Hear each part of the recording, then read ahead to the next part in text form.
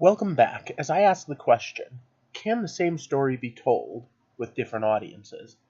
Can you tell a story for a kid that you would tell for an adult? Or do you have to change them? And welcome back to the heart of the stories we tell.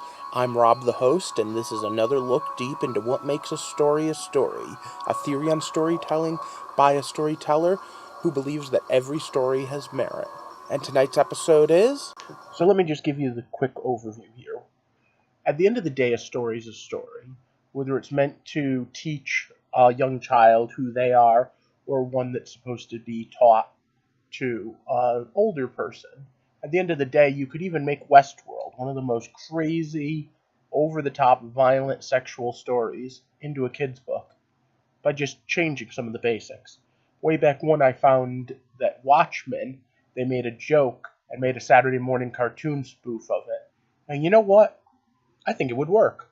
From changing a serial rapist into someone who's just looking for a kiss and who's very forceful, to changing someone who is very pro-death to just pro-knocking them unconscious.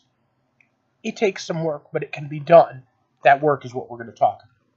But first, for those of you that don't know what we do here, I do stories like this where I figure out how and why we tell stories every other Sunday. But I also do other types of things like review TV shows and movies. If that sounds interesting, click subscribe as we try to get to the heart of the stories we tell. At the end of the day, every jump scare movie you've ever seen could just as easily be a Scooby-Doo episode. Yeah, I know. Don't associate funny with serious.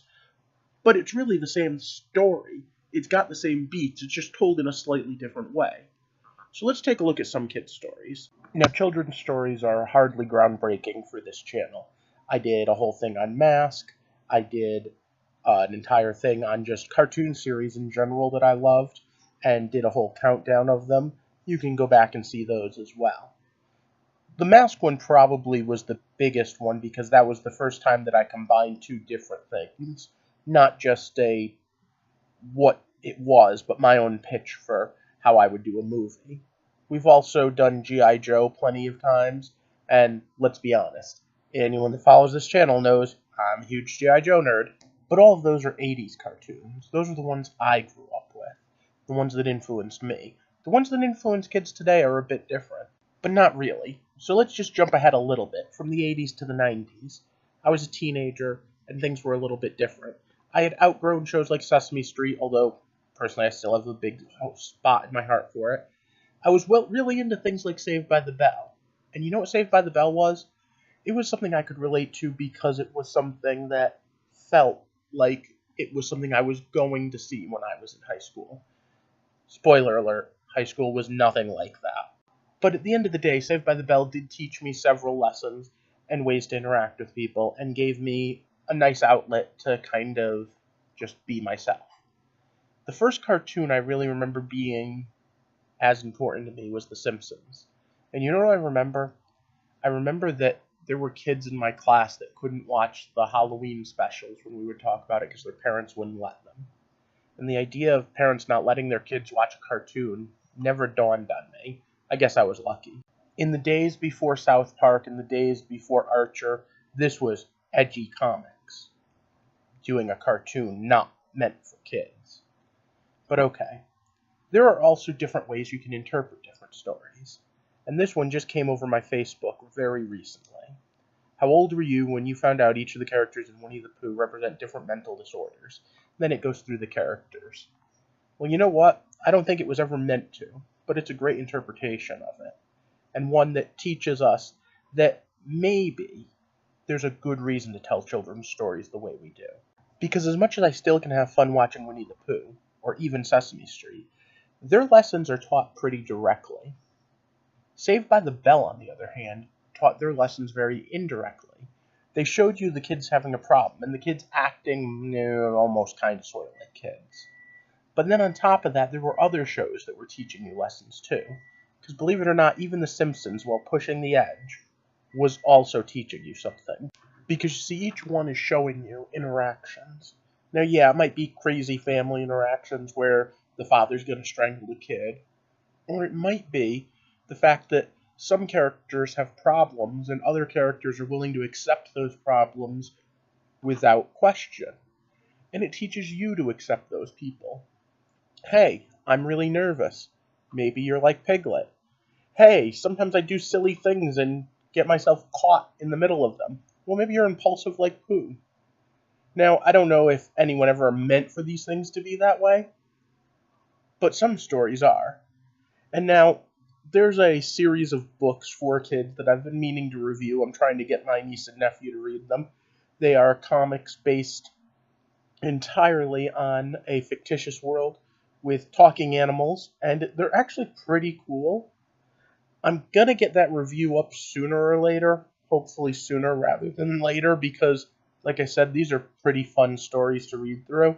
Here's a quick look at what those are like, and I'm gonna also put a link to their Amazon down in the description. For now, that's just a quick sneak peek.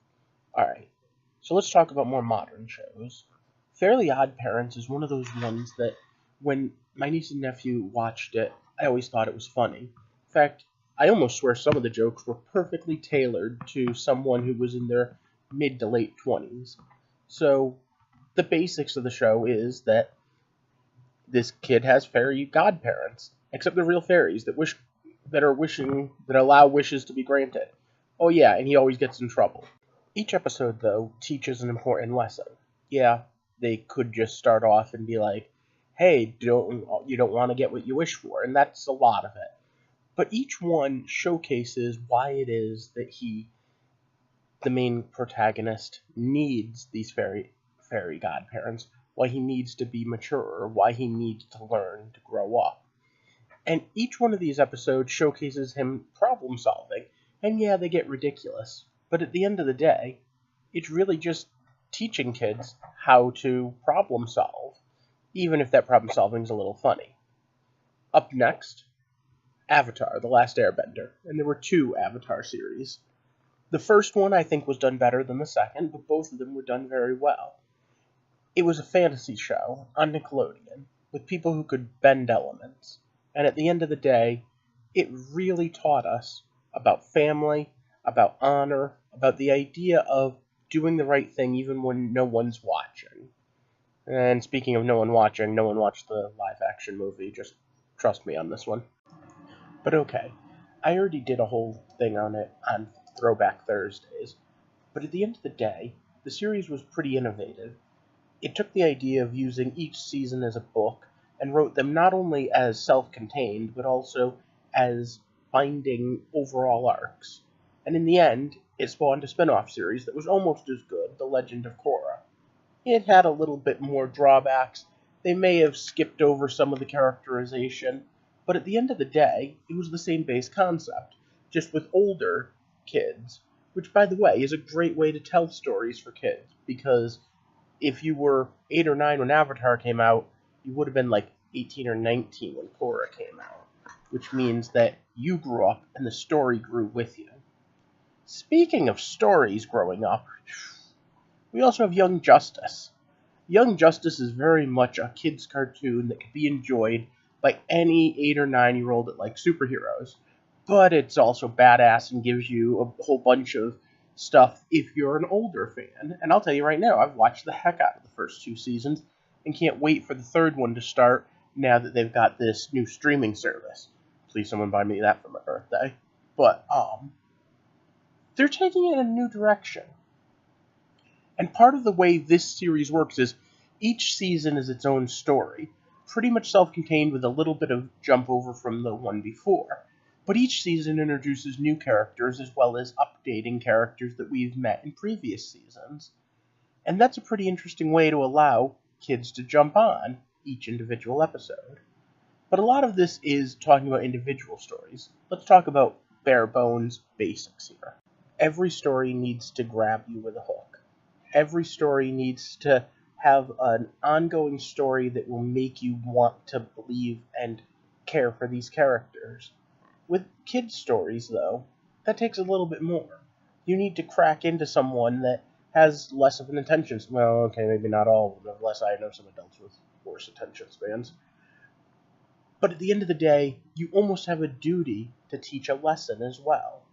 You have to showcase, give them hope, Show them that we can be better, that it's possible for you to push beyond certain things, and teach you how to.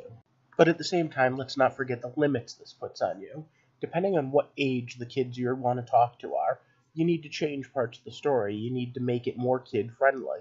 There are certain bits of vulgarity, violence, or sexuality that just isn't allowable. And there's a good reason for that. I'll tell you right now, trying to write my own YA story, I keep running smack dab into, if I try to make kids talk like they do, then this is going to be rated X. But those are my thoughts on this subject. I'd love to hear yours. Why do we tell children's stories differently, and how do we tell them differently? Let me know your thoughts in the comments below, and maybe I'll do a follow-up video. For now, if I could like you to thumbs up this video and share it, and of course, if you haven't already, click that subscribe button, because we're back and we're doing all sorts of theories on how and why we tell stories. And while we do that, I hope you join us as we take a walk through the heart of the stories we tell. Have a good night, and thanks for watching.